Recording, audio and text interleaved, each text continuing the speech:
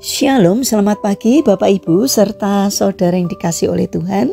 Selamat memasuki hari yang baru di awal minggu ini. Kami berdoa kiranya saat ini kita sekalian dalam keadaan baik dan diberkati oleh Tuhan. Sebelum kita mendengarkan firman Tuhan dan renungan, marilah kita berdoa.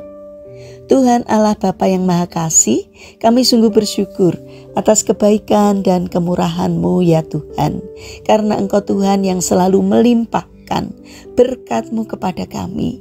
Sehingga kami pada pagi hari ini dalam keadaan baik. Itu semua kami alami karena anugerah-Mu ya Tuhan.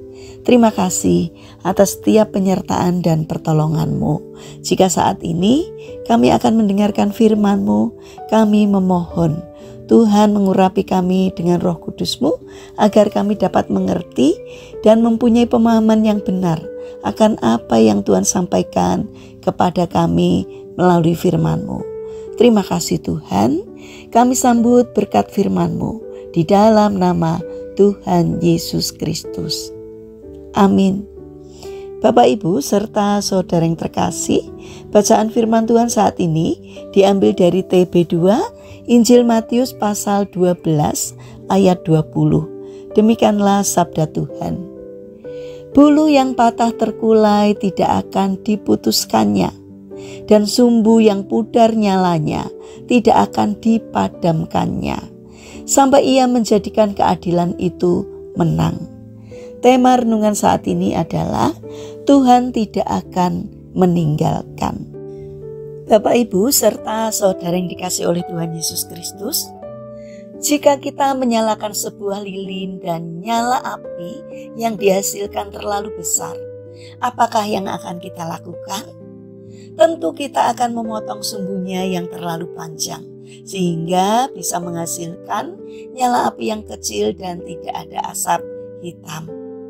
Atau apa yang kita lakukan jika kita sedang membersihkan dengan kemoceng bulu dan menemukan ada beberapa bulu yang terkulai? Pastinya kita akan mematahkan bulu-bulu tersebut agar kemoceng tersebut terlihat lebih bagus. Kita cenderung untuk menyingkirkan barang yang mulai rusak dan segera membeli yang baru. Dalam dunia kerja dengan persaingan yang sangat ketat, orang-orang yang dinilai tidak produktif sedikit saja akan segera disingkirkan dan diganti dengan yang baru. Bayangkan jika Tuhan bekerja dengan cara yang demikian, maka kita sebagai orang-orang yang lemah dan berdosa adalah orang-orang yang paling celaka, karena akan segera disingkirkan oleh Tuhan. Bapak Ibu serta saudara yang terkasih, Tuhan tidak bekerja dengan cara yang demikian.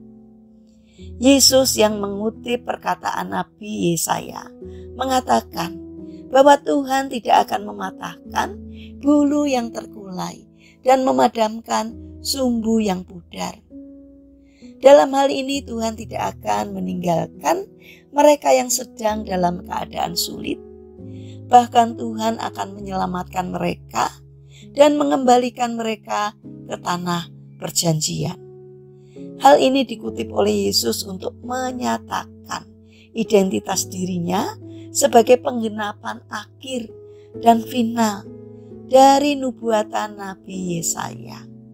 Ia tidak hanya menyelamatkan bangsa Israel, melainkan ia akan menjadi juru selamat bagi seluruh umat manusia.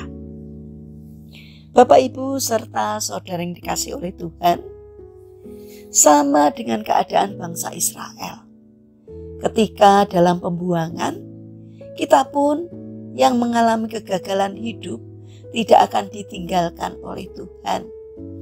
Ia akan tetap menyertai kita, bahkan menolong kita, walaupun status kita telah ditebus sebagai anak-anak Tuhan atau pewaris kerajaan surga. Kita masih hidup dalam dosa dan memiliki kelemahan. Kita masih terus dirongrong oleh dosa dan penderitaan. Di dalam penderitaan dan kesesakan, ada kalanya kita mengalami kegagalan, putus asa, dan tidak ada harapan. Namun melalui firman Tuhan hari ini, kita diingatkan, jika Tuhan tidak akan mematahkan buluh yang terkulai dan memadamkan sumbu yang pudar nyalanya, Ia akan menyertai kita, bahkan menyelamatkan kita. Yang kita perlu lakukan adalah terus memandang Tuhan dan berserah kepadanya, sehingga kita menjadi kuat. Mari kita membiasakan diri untuk berserah dan terus berpengharapan kepada Tuhan, karena Tuhanlah yang akan menjadi penolong kita. Mari kita berdoa. Tuhan Yesus yang Maha Baik, terima kasih karena Engkau setia menyertai dan menolong kami ketika kami mengalami penderitaan dan kesesakan. Ajarilah kami agar kami pun tetap setia kepadamu. Bapa yang Maha Baik, kami berdoa untuk bangsa dan negara kami. Berkatilah bangsa kami agar dapat menjadi bangsa yang semakin bijaksana dan tidak mudah terprovokasi oleh kelompok orang yang tidak bertanggung jawab, yang hanya memikirkan kelompok dan dirinya sendiri. Tolonglah agar semakin banyak orang yang memiliki karakter baik di negara kami, supaya bangsa kami semakin hidup makmur dan sejahtera karena berkat Tuhan. Bapa yang baik, kami mendoakan bagi saudara-saudara kami yang mengalami permasalahan dan kesulitan hidup. Kiranya Tuhan membimbing mereka sehingga mereka mampu menemukan jalan keluar. Kiranya Tuhan berkenan hadir untuk menolong dan memberkatinya. Kami ingin menyerahkan setiap rencana dan aktivitas kami hari ini kepadamu. Sertailah kami dalam menjalankan karya kami hari ini. Kiranya apapun yang kami lakukan dapat mendatangkan berkat dan sukacita, tidak hanya bagi diri kami, namun juga bagi sesama kami. Tak lupa kami juga berdoa ya Tuhan, bagi mereka yang terbaring sakit. Kami mohon belas kasih dan kemurahan. Kiranya Tuhan berkenan untuk hadir, menjamah, dan menyembuhkannya. Terima kasih Bapa yang baik. Kami serahkan seluruh doa dan permohonan kami hanya di dalam nama Tuhan kami, Yesus Kristus. Amin. Puji Tuhan Bapak Ibu serta saudara yang terkasih. Kiranya firman Tuhan dan renungan hari ini dapat menjadi berkat bagi kita semua. Haleluya.